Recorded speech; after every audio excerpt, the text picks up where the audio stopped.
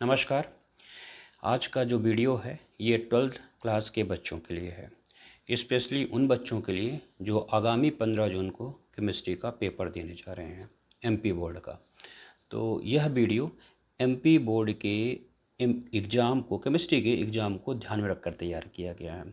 आपको ध्यान में रखना है, जो कुछ बताया जाएगा वह एक अनुभव के आधार पर अनुमानित प्रश्नों की श्रृंखला होगी। मैंने लास्ट वीडियो में आपसे कहा था कि जो संभावित प्रश्न बन सकते हैं, एग्जाम में पूछे जा सकते हैं, उनकी एक श्रृंखला आपके सामने प्रस्तुत की जाएगी।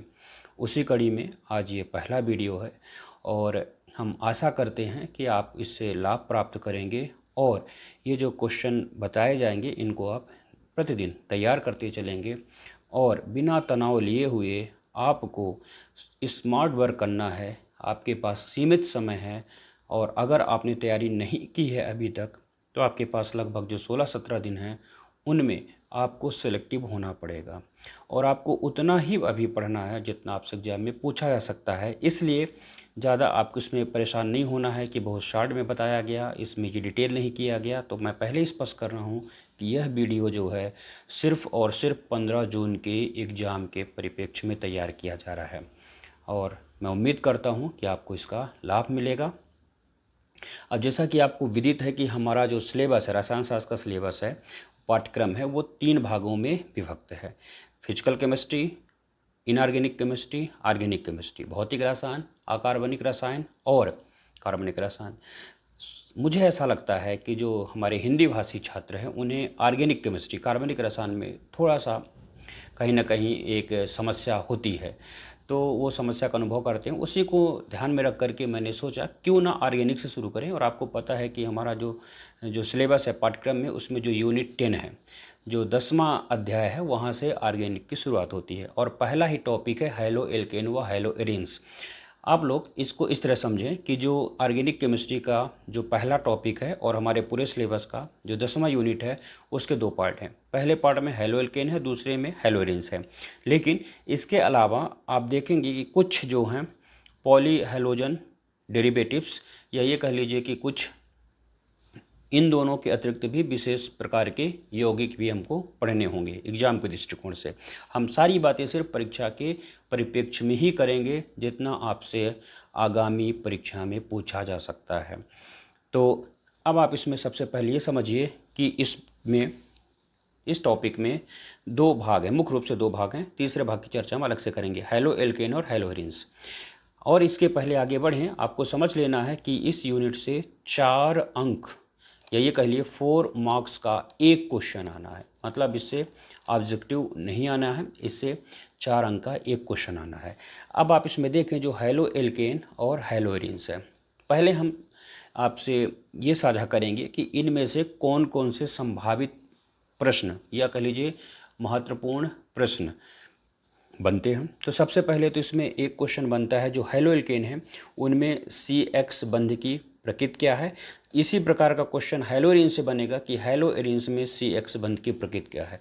मतलब यह है कि हैलो एल्केन और हैलो एरिन्स दोनों में CX बंध की प्रकृति से रिलेटेड क्वेश्चन आ सकता है कि इसकी प्रकृति को समझाइए और इसी से संबंधित है इनकी क्रियाशीलता, रिएक्टिविटी। फिर सबसे महत्वपूर्ण क्वेश्चन, और ये कहिए सबसे बर्निंग क्वेश्चन इस टॉपिक का है, नाभिक स्नेही प्रतिस्थापन अभिक्रिया। कभी कभी इसको सीधा पूछ लेता है, नाभिक हैलो एल्केन में नाभिक प्रतिस्थापन अभिक्रियाओं को समझाइए, या फिर नाभिक स्नेही प्रतिस्थापन अभिक्रियाओं को कौन कौन से कारक प्रभावित करते हैं। अथवा इसके जो 2 मैकेनिज्म में जब आप देखेंगे 2 प्रकार मिलेंगे, SN1 और SN2, तो इनमें अंतर पूछ सकता है। तो आपको इनके हिसाब से तैयारी करना होगा। तो आपको ध्यान में रखना है कि ये जो क्वेश्चन हम साझा कर रहे हैं ये वही क्वेश्चन है जिनको लग रहा है कि शायद ये पूछा जा सकता है, इनमें से कोई क्वेश्चन आपसे पूछे जा सकते हैं। तो ये हुआ। तो हैलो एल्केन में एक क्वेश्चन ही बना। अब हैलो एरिन्स में जैसे क्रियाशीलता, कई बार दोनों की क्रियाशीलता की तुलना कर ली जाती है, जैसे हैलो एल्केन और हैलो एरिन्स की क्रियाशीलता की तुलना करिए, कौन कम क्रियाशील है, कौन ज़्यादा क्रियाशील है और क्यों। फिर इसके बाद आते हैं कि हैलो एल्केन से जुड़ी हुई कुछ प्रमुख अभिक्रियाएँ कौन से पूछी जा सकती हैं और हैलो एरिन्स से जुड़ी हुई कौन सी प्रमुख अभिक्रियाएँ पूछी जा सकती हैं। तो अब आप इसमें देखें कि जो हैलो एल्केन है उनमें एक महत्वपूर्ण रिएक्शन है विलियमसन संश्लेषण। ये विलियमसन सिंथेसिस रिएक्शन महत्वपूर्ण है और ये रिएक्शन आपको कमोबेश कई यूनिट में मिल जाएगी। आपको एक बात और ध्यान रखना होगा कि ये कुछ रिएक्शंस ऐसी हैं जो आपको इस यूनिट के अतिरिक्त आगे की अन्य यूनिट में भी काम आएंगी, इसलिए आपको इनको यहीं पे तैयार कर लेना है। विलियमसन संश्लेषण, फिर इसमें दो रिएक्शंस महत्वपूर्ण हैं, एक केसियन के साथ और दूसरा एजिशियन के साथ। इनको भी हम डिस्कस करेंगे। हाफमैन अभिक्रिया या हाफमैन अभिक्रिया और बुर्ज रिएक्शन, तो प्रमुख रूप से ये 4 रिएक्शंस। फिर इसी तरह से अगर आप देखें हैलोरेंस में तो वुर्ज फिटिंग अभिक्रिया, उल्मान अभिक्रिया और इसी में एक अपचयन रिडक्शन भी आगे हम डिस्कस करेंगे, फ्रीडल क्रॉप्स रिएक्शन और सैंडमेयर अभिक्रिया।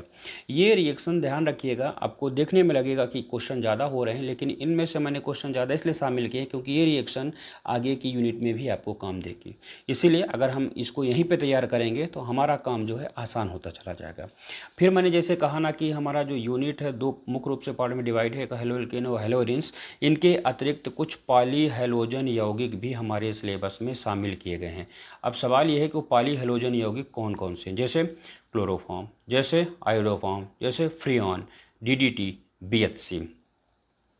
ये यौगिक जो हैं टिप्पणी के तौर पर हमसे पूछे जा सकते हैं। तो अब हम इनमें से डिस्कस भी इनको करते हैं और सबसे पहले तो हम ये जानने का प्रयास करेंगे कि आखिर जो हमारा ये टॉपिक है जिसका नाम ही है हैलोएल्केन और हैलोएरिन्स, इसके मायने क्या हैं और थोड़ा सा संक्षेप में चर्चा करेंगे। बाकी आप लोगों ने पढ़ा होगा, साल भर पढ़ाई की होगी, तो थोड़ा सा एक बार रिकॉल कर लेते हैं। तो सबसे पहले तो आप लोग जानते हैं कि कार्बन और हाइड्रोजन से बने यौगिक जो हैं हाइड्रोकार्बन कहलाते हैं।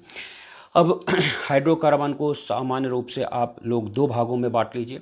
मैंने कहा ना कि हमारा काम है आपके एग्ज़ाम को सरल बनाना, ठीक है। अभी ज़्यादा इसमें हम डीप में नहीं जा रहे हैं, सिर्फ हम ये चाह रहे हैं कि जो 15 जून को पेपर होना है उस पेपर में आप अच्छा स्कोर करें, बस। तो हाइड्रोकार्बन को आप सामान्य रूप से आप यहीं पे इसको 2 भागों में रख सकते हैं। हाइड्रोकार्बन नाम से विदित है, हाइड्रोजन और कार्बन के यौगिक जो होंगे वो हाइड्रोकार्बन कहलाएंगे। आप इनको 2 भागों में रख लीजिए। पहला भाग क्या हो गया, एलिफैटिक, और दूसरा भाग हो जाएगा एरोमेटिक। बिल्कुल सामान्य वर्गीकरण है ये।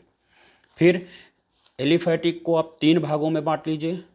पहला भाग हो गया एल्केन, दूसरा भाग है एल्कीन और तीसरा भाग है एल्काइन। बिल्कुल आपको ये पता होगा। फिर एरोमेटिक में सबसे सामान्य उदाहरण क्या है, बेंजीन। अब आप इसमें देखें हाइड्रोकार्बन। अब हाइड्रोकार्बन में 2 तत्व महत्वपूर्ण हो गए, एक कार्बन और दूसरा हो गया हाइड्रोजन। अब आपको भी ये भी पता है कि कार्बन की वैलेंसी 4 होती है। अब जैसे कार्बन से 4 हाइड्रोजन जुड़ गए हैं, अब इनमें अगर किसी दूसरे तत्व को जुड़ना है तो जाहिर सी बात है किसी को बाहर निकलना होगा तब तो जुड़ेगा। 4 की ही सीट है और 4 व्यक्ति पहले से बैठे हुए हैं, तो जब तक कोई व्यक्ति उठकर बाहर नहीं जाएगा तो बाहर से आने वाला व्यक्ति बैठ नहीं सकेगा। सीधा सा मतलब ये है कि जैसे इसमें अब ये हाइड्रोजन है, यहाँ से ये प्रतिस्थापित हो जाए और इसको प्रतिस्थापित करने वाला जो तत्व हो वो तत्व हैलोजन हो। और आपको हैलोजन के बारे में पता है, फ्लोरीन, क्लोरीन, ब्रोमीन, आयोडीन। ये जब विस्थापित कर देते हैं हाइड्रोजन को तो बनने वाले जो यौगिक होंगे, अब चूँकि हाइड्रोकार्बन से बने हैं इसलिए इसको हम व्युत्पन्न कह रहे हैं। और ये किसके व्युत्पन्न है, हैलोजन के व्युत्पन्न है। इसने हाइड्रोजन को प्रतिस्थापित करके उसका स्थान लिया है, इसलिए हम इसको हैलोजन व्युत्पन्न, हैलोजन डेरिवेटिव्स कहते हैं। सिंपल सा एक उदाहरण है, ये मीथेन है। आप इसको समझने के लिए CH3H भी लिख सकते हैं। ये जो CH3 है आपको पता है ये रेडिकल हो गया। आप इसको सामान्य रूप से R और H, एल्केन को लिखने का एक तरीका होता है R और H, या कह लीजिए एलिफैटिक हाइड्रोकार्बन को एक लिखने का तरीका हो गया। यहाँ से हम एक H को हटाएंगे, कोई भी हैलोजन जैसे कि हमने यहाँ पे क्लोरीन लगा दिया, ये H हटा, यहाँ से एक H रिप्लेस हो गया, उसकी जगह पे क्लोरीन जोड़ देंगे, ये CH3। और आपको पता है मेथेन से एक H निकल जाएगा, रेडिकल बचेगा जिसका नाम मेथिल होगा। क्लोरीन जुड़ रहा है तो क्लोरीन के यौगिक क्लोराइड कहलाएंगे, तो इस तरह से बन गया मेथिल क्लोराइड। कहने का मतलब ये है कि जब किसी भी एलिफैटिक हाइड्रोजन से उतने ही हाइड्रोजन का प्रतिस्थापन उतनी ही संख्या में हैलोजन के द्वारा होता है तो बनने वाले जो यौगिक होते हैं वो एलिफैटिक हैलोजन व्युत्पन्न कहलाते हैं। तो हैलोजन व्युत्पन्न का आशय ये आप समझ गए होंगे कि हाइड्रोकार्बन से हाइड्रोजन का प्रतिस्थापन होना है और जितने हाइड्रोजन बाहर निकलेंगे उनकी जगह पे उतने ही हैलोजन जुड़ेंगे। और इस तरह से चूँकि हाइड्रोकार्बन 2 तरह का हो रहा है साधारणतः, एक एलिफैटिक और एरोमेटिक, इसलिए हैलोजन व्युत्पन्न को भी हम मुख्य रूप से 2 भागों में बांटेंगे। एक होगा एलिफैटिक हैलोजन व्युत्पन्न और दूसरा होगा एरोमेटिक हैलोजन व्युत्पन्न। एरोमेटिक जैसे कि आप देख सकते हैं कि जब हम एरोमेटिक किसी भी हाइड्रोकार्बन जैसे कि बेंजीन C6H6 को हम C6H5H लिख सकते हैं। इस H को हटा दें और इसकी जगह पे अगर हम हैलोजन लगा देंगे तो ये हैलोरिन्स बनेगा। तो इस तरह से आप देखेंगे कि दो भाग हो गए, एक हेलो एल्केन और एक हो गया हैलोरिन्स। आपको ध्यान में रखना होगा कि जो हेलो एल्केन हैं उनकी अब बनाने की विधि और उनके गुण और उनसे संबंधित अभिक्रियाएं, और इस तरह से हैलोरिन्स उनकी बनाने की विधि और उनसे संबंधित अभिक्रियाएं आगे हमको पढ़ना होगा। तो ज़्यादा इसमें तनाव नहीं लेना है। अगर आपको नामकरण वगैरह में भी कहीं दिक्कत जाती है तो उसमें भी ज़्यादा कुछ परेशान होने की ज़रूरत नहीं है। इसलिए मैंने शुरू से आपसे कहा कि आप परेशान मत होइए। अगर आपको थोड़ा सा बेस अगर आपका वीक भी है तो भी कुछ दिक्कत नहीं है। अगर आप ध्यान से समझेंगे, सुनेंगे तो आपको बनेगा। अब सबसे पहले हमने जैसे आपको बताया कि हम दो पार्ट में अपने इस सिलेबस को बांट चुके हैं, एक हेलो एल्कीन वाला पार्ट है और दूसरा हैलोरिन्स वाला पार्ट है। अब हम आते हैं अपने पहले क्वेश्चन पे, जो हमारा पहला संभावित प्रश्न है कि हेलो एल्केन में CX बंध की प्रकृति क्या है। तो अब आपको ये भी पता है कि सामान्य रूप से जो बंध बनता है वो या तो इलेक्ट्रॉन की साझेदारी से बनता है या इलेक्ट्रॉनों के स्थानांतरण से बनता है। यहाँ पर जो है आपने अभी देखा, जैसे हमने क्या लिया था CH4 मीथेन। अब CH4 से अगर हम एक H हटा करके एक X जोड़ेंगे तो बन जाएगा CH3X।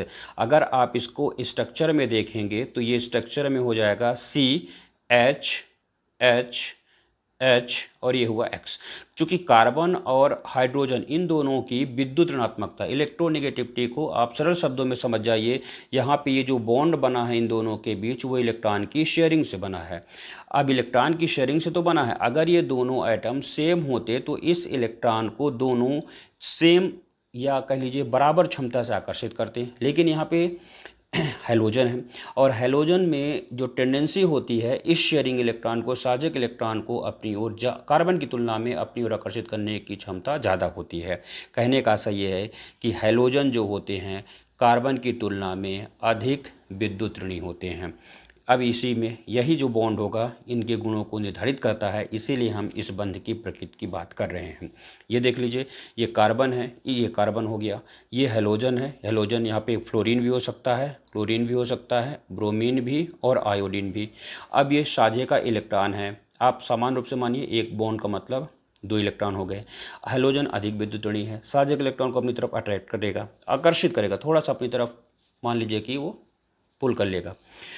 अब इसमें ये आंशिक का चिन्ह है पार्शियल, मतलब आप आधा मान लीजिए। ये इस पर इसलिए चूँकि जब इलेक्ट्रॉन जैसे जैसे इलेक्ट्रॉन घनत्व बढ़ता जाता है तो उस पर वो नेगेटिवली चार्ज होता जाता है। तो ये इलेक्ट्रॉन जो पहले मान के चलिए बीच में था, अब इसकी तरफ थोड़ा सा डिफ्लेस हो गया। अब जैसे जैसे इसकी तरफ ये आकर्षित होगा इस पर ऋण चार्ज बढ़ता जाएगा, और जैसे जैसे इलेक्ट्रॉन इससे दूर होता जाएगा इस पर धन चार्ज बढ़ेगा। कहने का मतलब ये है कि जो CX बंध होता है उस CX बंध में कार्बन कम विद्युत ऋणी, हैलोजन अधिक विद्युत ऋणी होने की वजह से साझे का इलेक्ट्रॉन हैलोजन की तरफ आकर्षित हो जाता है, जिससे हैलोजन आंशिक रूप से ऋणावेशित और कार्बन आंशिक रूप से धनावेशित हो जाता है।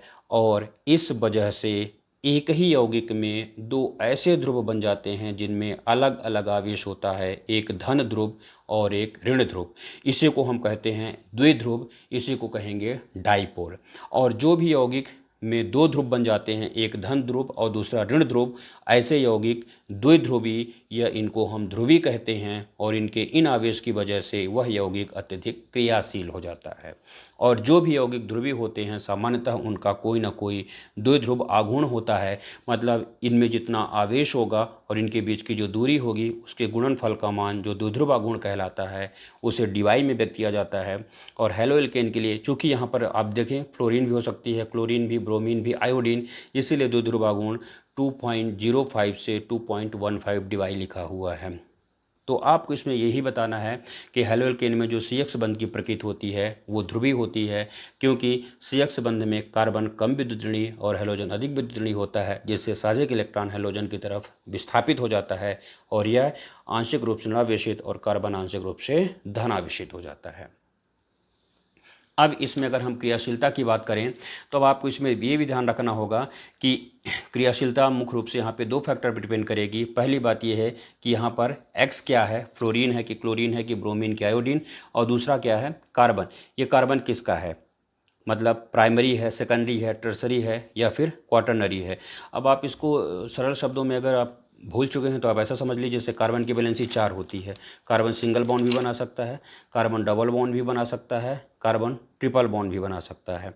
तो आप एक तो ये कार्बन सीधी चेन भी बना सकता है, कार्बन शाखित ब्रांच्ड चेन भी बना सकता है, इस टाइप की। ये देखिए ये।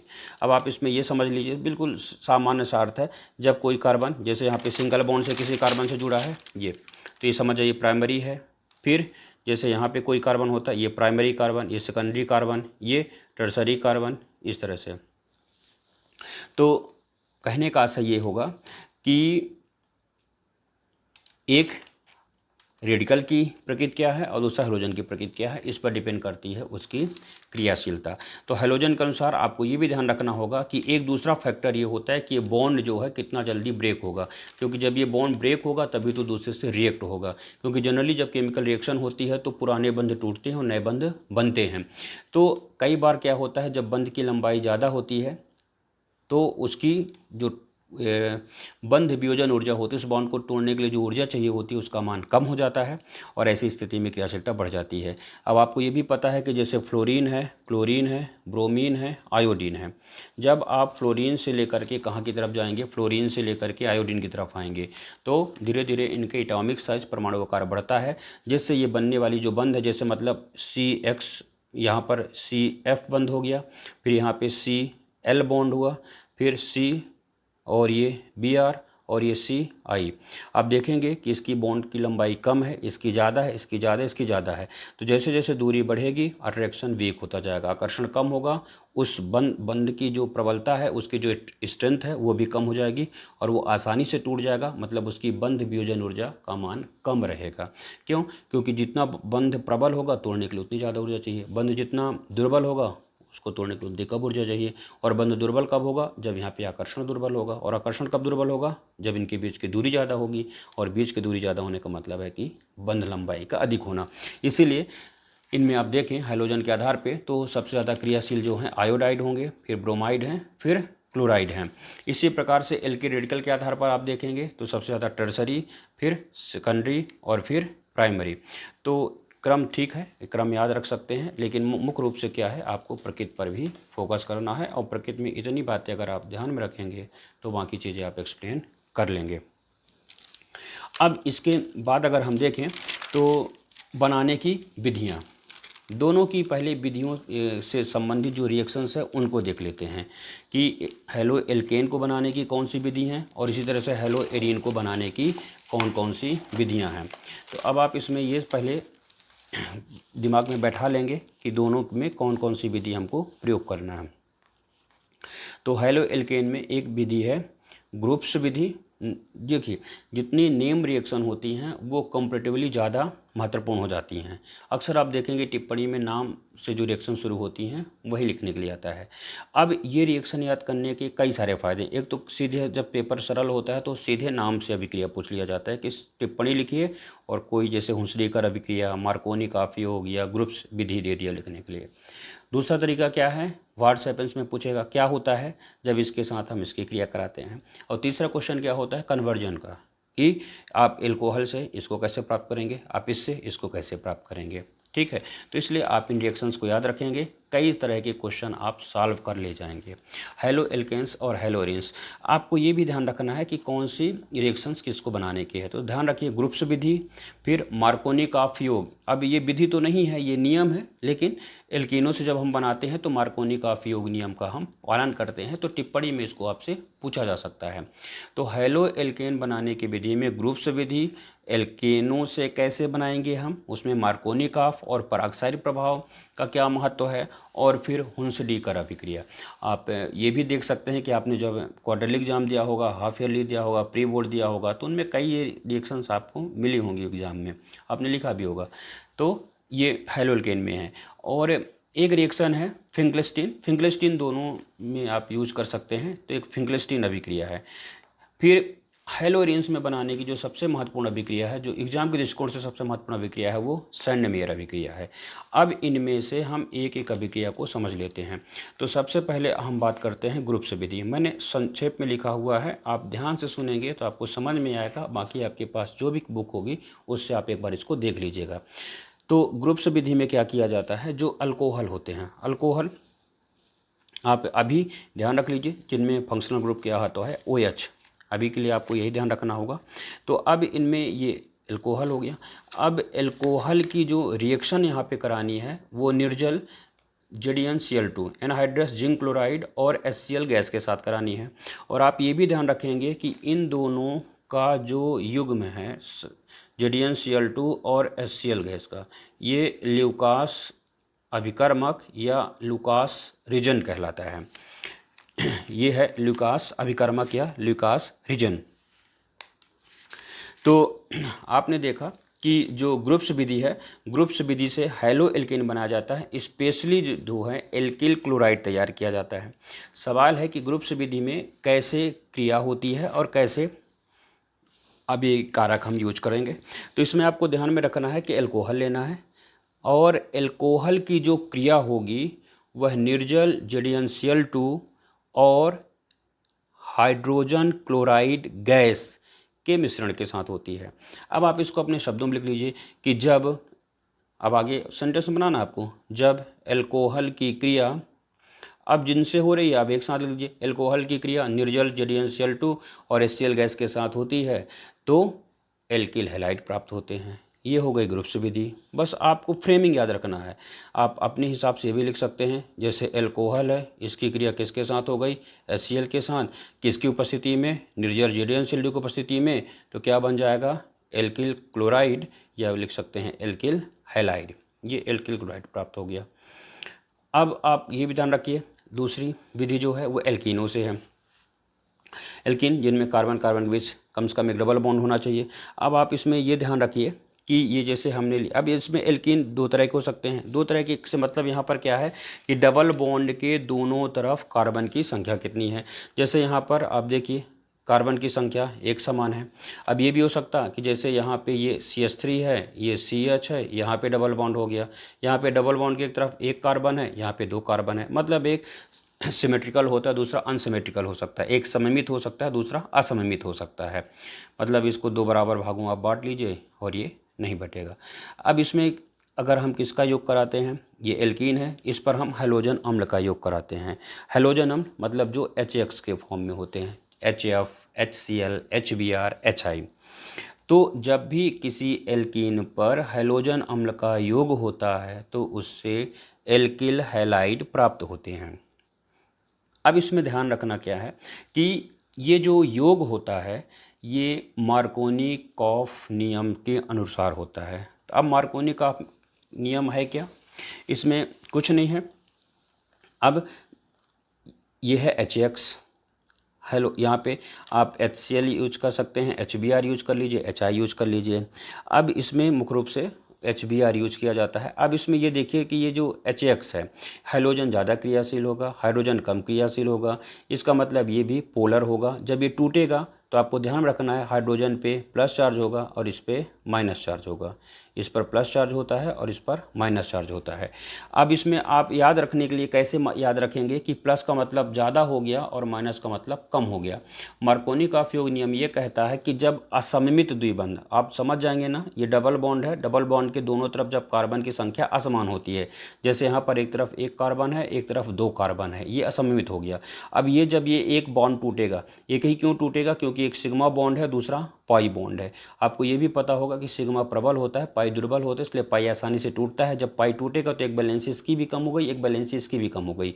अब इसको पूरा कौन करेगा, तो एक की वैलेंसी H पूरा कर सकता है, दूसरे की X पूरा कर सकता है। तो सवाल है कि कहाँ H जाएगा, कहाँ X जाएगा। तो इसको याद रखने का तरीका है, H पे कौन सा चार्ज है, प्लस। प्लस का मतलब मैंने क्या बताया, प्लस का मतलब आप याद रखिए अधिक। तो जिधर कार्बन, जिस कार्बन से हाइड्रोजन की संख्या ज़्यादा है उसकी तरफ H जुड़ेगा, और जहाँ पे कार्बन, जिस कार्बन के साथ हाइड्रोजन की संख्या कम है मतलब माइनस, उधर जा कर के हैलोजन जुड़ेगा। अब आप इसको शब्दों में बना लीजिए कि जब असममित द्विबंध पर हैलोजन अम्ल जैसे कि HBr का योग होता है तो हैलोजन उस कार्बन से जुड़ता है जहाँ पर हाइड्रोजन की संख्या कम होती है और हाइड्रोजन उस कार्बन जुड़ता है जहाँ पे हाइड्रोजन की संख्या ज़्यादा होती है। याद कैसे रखेंगे? हैलोजन इस पर ऋण चार्ज होता है, इस पर ऋण को आप क्या मानेंगे कि इस पर कार्बन की इस पर कमी है तो ये कम के साथ जाएगा, ये प्लस है ज़्यादा के साथ जाएगा। लेकिन एक बात ध्यान रखेंगे, जब यही योग जो है किसी पराक्साइड जैसे कि बेंजाइल पराक्साइड की उपस्थिति में होता है तो वहाँ पर मार्कोनी काफ नियम का पालन नहीं होता और ये बिल्कुल विपरीत हो जाता है। विपरीत होने का मतलब क्या है? हाइड्रोजन उस कार्बन से जुड़ेगा जहाँ जिस कार्बन पर हाइड्रोजन की संख्या कम है, हैलोजन उस कार्बन से जुड़ेगा जहाँ पर हाइड्रोजन की संख्या ज़्यादा है। इसे कहा जाता है पराक्साइड प्रभाव। और इस प्रभाव का जो अध्ययन है या कह लीजिए इस पर जो शोध है वो 1933 में दो वैज्ञानिक, एक का नाम है MS खराश और दूसरे हैं FR मायो, इन्होंने अपने एक्सपेरिमेंट के आधार पर यह निष्कर्ष निकाला था, इसीलिए उनके नाम के आधार पर इसको खराश प्रभाव भी कहा जाता है। तो पराक्साइड जैसे कि बेंजाइल पराक्साइड की उपस्थिति में मार्कोनी काफ योग का जो नियम, मार्कोनी काफ नियम जो है वो विपरीत हो जाता है। इसी को कहा गया है पराक्साइड प्रभाव या इसको खराश प्रभाव। फिर अगली महत्वपूर्ण रिएक्शन या कह लीजिए कि हैलोल्किन बनाने की विधि है वो है हुंसडीकर अभिक्रिया। हुंसडीकर अभिक्रिया में आपको याद क्या रखना होगा, इसमें वसा अम्ल नहीं आ सकता तो कार्बोक्सिलिक अम्ल कह लीजिए आप। जो वसा अम्ल है जैसे कि इनका सामान्य सूत्र है ये, बस आपको कुछ नहीं करना है, H को हटा देना है और ये लगा देना है, सिल्वर लगा देना है, ये हो गया। आप इसे कहेंगे वसा अम्ल का सोडियम लवण, वसा अम्ल का सिल्वर लवण, वसा अम्ल का सिल्वर लवण। और इस पर क्रिया किसकी होती है? ब्रोमीन की या क्लोरीन की। और ये जो विलयन बनता है वो CCl4 कार्बन टेट्राक्लोराइड में बनता है। आप सीधे लिख सकते हैं जैसे लिखा हुआ है कि जब वसा अम्ल के सिल्वर लवण पर CCl4 की उपस्थिति में क्लोरीन या ब्रोमीन की क्रिया होती है, तो अगर आप ब्रोमीन लेंगे तो एल्किल ब्रोमाइड और अगर क्लोरीन लेंगे तो एल्किल क्लोराइड बनेगा। सीधा सा कॉन्सेप्ट है ये। RCOAG रिएक्शन आप किसकी करा रहे हैं? ब्रोमीन की। किसके प्रेजेंस में, मतलब विलयन किस में बना है? CCl4 में। आप किसको कैसे लिख सकते हैं? बड़ा आसान है। आप इसको क्या करिए, ब्रोमीन है, इसको आप दोनों आइटम्स को इसके अलग अलग लिख लीजिए। अब आप देखिए यहाँ से AgBr अलग हो जाएगा, अलग कर लीजिए। यहाँ से जैसे ही अलग हो जाएगा अब ये भी निकल जाएगा और ये एक साथ लिख दीजिए, एक कार्बन दो ऑक्सीजन तो बन गई CO2। और बचेगा क्या? लिख लीजिए R। अब ये दो निकले तो कोई ना कोई से जुड़ेगा इसकी एक बैलेंसी पूरा करने के लिए, तो ये दूसरा ब्रोमीन, तो ये हो जाएगा RBr। तो इस तरह से बन गया एल्किल ब्रोमाइड। आप इसी तरह से इस रिएक्शन को क्लोरीन के साथ भी करके देख लीजिए जैसे, या फिर दूसरा है कि आप यहाँ पर उदाहरण लीजिए जैसे आपने यहाँ पर लिया CH3। अब ये देखिए अगर हम लिखते हैं CH3 COOH, क्या नाम होता है इसका? एसिटिक एसिड है ये। आप क्या करिए H की जगह पर Ag लिख दीजिए। अब इसका नाम बताइए। Ag का नाम आप लिखेंगे, ये सिल्वर हो गया और ये एस्टर के फॉर्म में आपको दिख रहा होगा, तो आप इसको एसीटेट लिख दीजिए। एसिटिक एसिड से बना है, एक अम्ल हटाकर एट लगा दीजिए, ये सिल्वर एसीटेट हो गया। इस पर आप किसकी रिएक्शन कराएंगे? ब्रोमीन की करा दीजिए। वही है, सोल्यूशन किस में बनाना है? CCl4 में। ब्रोमीन को कैसे लिखेंगे? जैसे मैंने पहले कहा कि आप इसके दोनों आइटम को आप अलग अलग लिख लीजिए। यहाँ से अलग कर दीजिए Ag और ये Br, ये सिल्वर ब्रोमाइड अलग हो जाएगा। यहाँ से अलग कर दीजिए, ये CO2 अलग हो जाएगी। बचेगा क्या? CH3 और एक जो ब्रोमीन बची है ये हो जाएगा CH3Br। तो एक दो बार आप प्रैक्टिस करेंगे आ जाएगा। तो इसमें अभी तक आपको ध्यान में क्या रखना है, जो सबसे महत्वपूर्ण था मार्कोनी काफ योग। मार्कोनी काफ योग को अलग टिप्पणी में पूछा जा सकता है। तो मार्कोनी काफ योग तो आपको बन जाएगा कि असममित द्विबंध पर जब भी हैलोजन अम्ल HX का योग होता है तो हैलोजन उस कार्बन से जुड़ती है जिस पर हाइड्रोजन की संख्या कम होती है। पराक्साइड प्रभाव क्या है कि पराक्साइड जैसे कि बेंजाइल पराक्साइड की उपस्थिति में मार्कोनी काफ योग विपरीत हो जाता है, ये पराक्साइड प्रभाव या खराश प्रभाव कहलाता है। हुंसडीकर अभिक्रिया क्या है? जब वसा अम्ल के सिल्वर लवण पर CCl4 की उपस्थिति में ब्रोमीन या क्लोरीन की क्रिया होती है तो एल्किल ब्रोमाइड या एल्किल क्लोराइड प्राप्त होता है। यह अभिक्रिया आपको क्या होता है हमें पूछी जाती है, जैसे कि क्या होगा जब सिल्वर एसीटेट को CCl4 में बने ब्रोमीन के विलयन के साथ गर्म करते हैं। तो इस तरह से, इसीलिए मैंने कहा कि आप अगर नेम रिएक्शन याद रखते हैं तो आपके कई सारे क्वेश्चन जो हैं सॉल्व हो जाते हैं। अब इसमें अगली जो महत्वपूर्ण रिएक्शन है वो किससे संबंधित है, ये देखिए हैलोएरिन्स। हैलोएरिन्स से, अब उसके पहले, हैलोएरिन्स के पहले आप फिंकलेस्टीन अभिक्रिया को समझ लीजिए।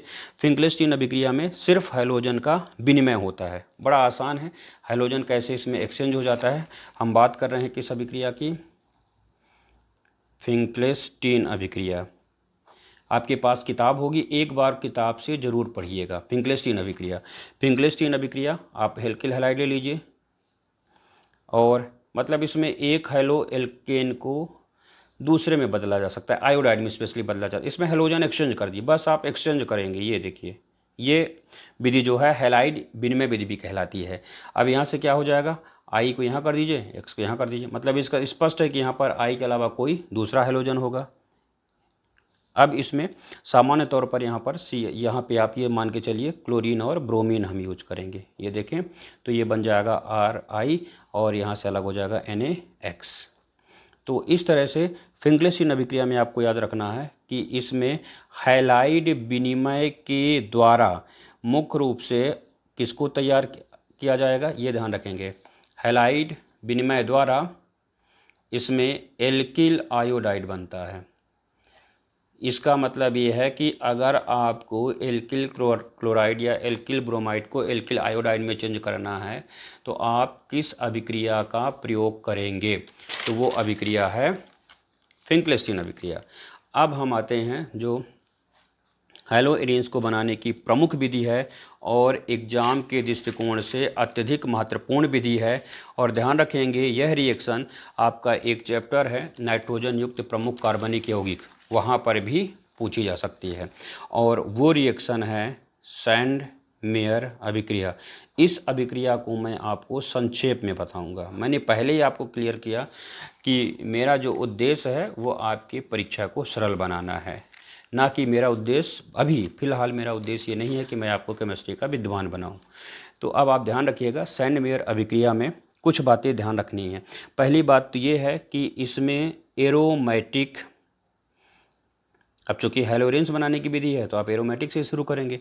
एरोमेटिक प्राथमिक एमीन, जैसे कि एनिलीन होता है, एरोमेटिक प्राथमिक एमीन, पहले इसको आप थोड़ा सा समझ लीजिए किसमें होता क्या। एरोमेटिक प्राथमिक एमीन के द्वारा हम हैलोएरिन्स बनाएंगे। अब हैलोएरिन्स जो बनेगा इसमें ये ध्यान रखिएगा, मुख्य रूप से इसमें या तो ब्रोमोबेंजीन तैयार होता है या कह लीजिए कि क्लोरोबेंजीन तैयार होता है। मुख्य रूप से ब्रोमोबेंजीन या फिर क्लोरोबेंजीन। अब आप इसमें ये समझेंगे कि यह अभिक्रिया जो है 2 स्टेप में होती है। अब आप उन स्टेप पर फोकस करें। तो सबसे पहले क्या करते हैं कि ये जो एरोमेटिक प्राथमिक एमीन है इसका हम उदाहरण लेते हैं। इसका उदाहरण है एनिलीन। पहले रिएक्शन लिख दें, फिर उसके बाद एक बार इसको बोल देंगे कि इसमें लिखना क्या है। एनिलीन, तो आप क्या करें, एनिलीन आपको पता होगा C6H5NH2। न समझ में आए तो आप बेंजीन रिंग लीजिए ये, और उसमें NH2 लगा दीजिए, एमिनो ग्रुप। ये बन चुकी है एनिलीन। आपकी इच्छा है कि आप उसको रिंग के रूप में लिखेंगे, इस तरह से मॉलिक्यूलर फार्मूला लिखेंगे उसका। अब आप देखें, इसके बाद आपको क्या करना है, इसकी रिएक्शन करानी है नाइट्रस एसिड से। ये आपको पता है HNO3 नाइट्रिक अम्ल है और HNO2 नाइट्रस अम्ल है। लेकिन समस्या ये है कि नाइट्रस अम्ल जो है लगभग अनस्टेबल होता है, इसको जब भी रिएक्शन करानी होती है तो इसको तैयार करना होता है। अब सवाल ये है कि ये नाइट्रस अम्ल तैयार कैसे होगा, तो इसके लिए तरीका है। तरीका क्या है कि आप जैसे सोडियम ये नाइट्राइट ले लीजिए, NaNO2 हमने ले लिया, और इस पर हम रिएक्शन करा देते हैं HCl की। ये देखिए, तो यहाँ से सीधा है, इसको सीधे अपने हिसाब समझ लीजिए, ये HNO2 बन जाएगा, ये HNO2, और अलग क्या होगा NaCl। ये देखिए ये। अब तो आप यहाँ ये भी लिख सकते हैं कि Na नीचे Na2 प्लस HCl, ये लिखने का मतलब है कि इससे स्पष्ट हो जाएगा कि ये नाइट्रस एसिड आई कहाँ से है।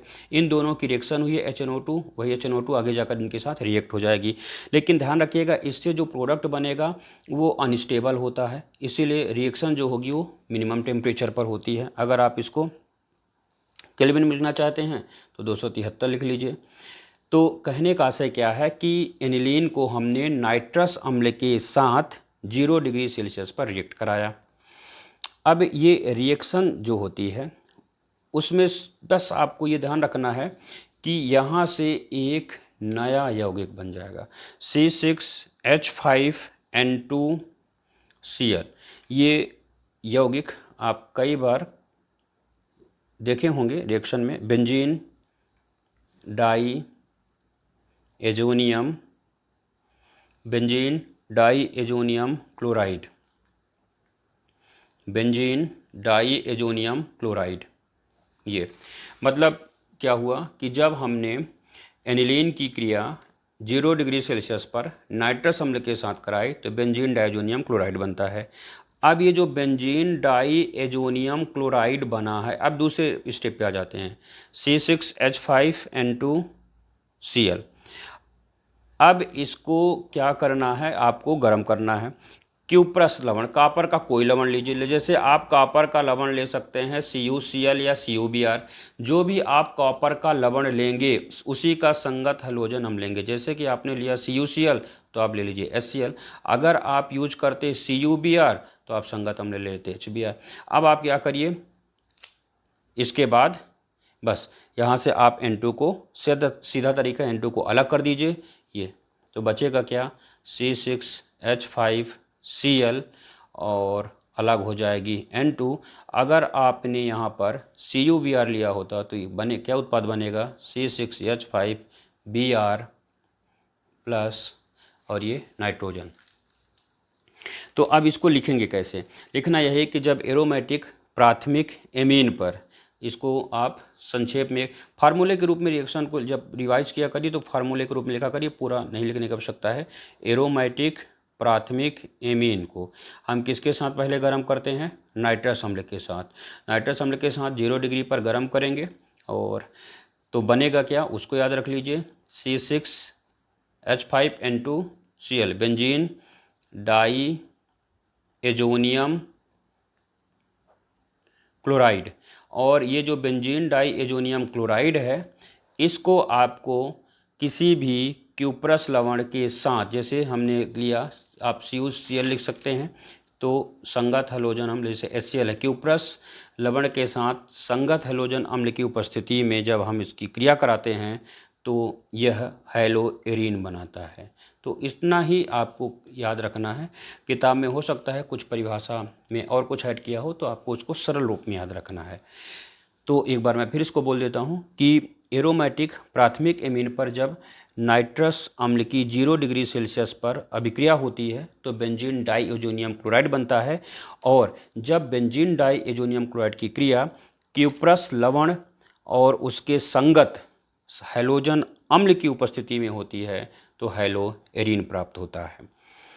ये हुआ। तो आज की वीडियो में हमने बनाने की दोनों की हैलोएल्केन और हैलोएरीन के बनाने की विधि संबंधी जो क्वेश्चन आ सकते हैं उनको चर्चा किया। अगली वीडियो में हम चर्चा करेंगे जो इसके पहले आप देखिए, जैसे हमने क्वेश्चन जब बताया था उस पर अगर एक बार नज़र डालें तो हमने इनमें से जैसे सैंडमेयर रिएक्शन मैंने आपको बता दिया, फिर इसमें आपको अब ये इनके रासायनिक गुणों में रिएक्शंस आपको पढ़ने को मिलेंगे, इसकी प्रकृति मैंने बता दी। अब अगले वीडियो में हम इन सब की चर्चा करेंगे। नाभिक स्नेह प्रतिस्थापन अभिक्रिया क्या है, ये उनकी प्रमुख रासायनिक गुण, हैलोजेन्स में CS बंध की प्रकृति, उसके रासायनिक गुण, और ये कुछ पॉलीहैलोजन यौगिक। तो आपको परेशान नहीं होना है, इसको 2 बार 3 बार 4 बार जितनी बार आपको लगे, जब तक आपको बनने न लगे उसको सुन लेना है। उसके बाद आपको किताब से उसको एक बार रीड कर लेना है और आप रफ में अपने शब्दों में उसको एक बार नोट करते चलेंगे। ज़्यादा किताबों अब से बचिए, आप सेलेक्टिव चीज़ें पढ़िए और ज़्यादा किताबों के चक्कर में मत पढ़िए। उतना ही पढ़िए जितना पूरी संभावना है कि ये आपसे एग्ज़ाम में पूछा जा सकता है। आपको सिर्फ 15 ये 16 दिन जो बचे हैं सिर्फ एग्ज़ाम के दृष्टिकोण से ही पढ़ना है। धन्यवाद।